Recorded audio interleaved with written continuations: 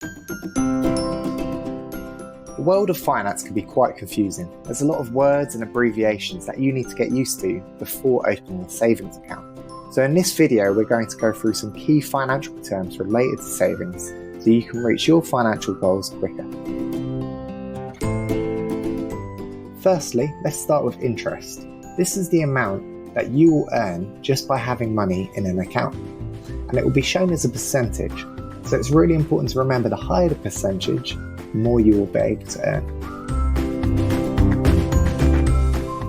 That brings us on to AER, or annual equivalent rate. When you're looking at different savings accounts, a lot of them will use the phrase AER to help you compare different options. So it's really important to remember that AER is all about how much money you'll be able to pocket every year, taking into account how often it's paid as well. So you've learned about interest, you've learned about AER, but what about compound interest, as this is a term you'll hear quite often. And this is really how you can boost your savings.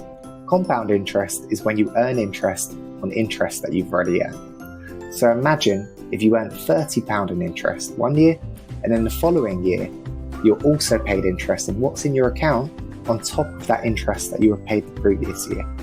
And then that continues and continues, and it can really help your savings grow over time. What about gross interest versus net interest? What does this mean? Well, gross interest refers to the interest that you earn before tax has been deducted, whereas net interest refers to the interest that you earn after tax has been deducted. If you're someone that's on a high salary, or you have a lot in your savings, this might be really applicable to you, as you may have to pay tax on the interest you earn. Some other terms to be familiar with are variable rates versus fixed rates.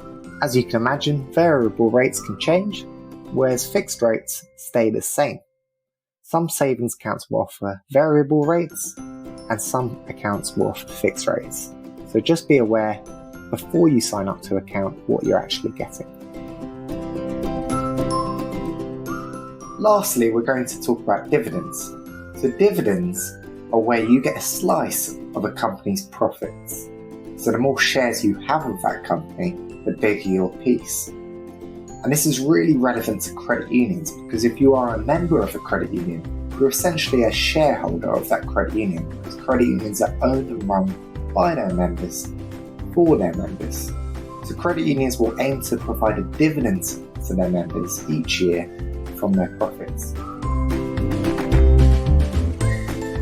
And that concludes this video. You should now know a bit more about interest, compound interest, AER or annual equivalent rate, variable versus fixed interest, gross versus net interest, and dividends. Thanks a lot for listening to this video. We hope you found it useful. Thank you.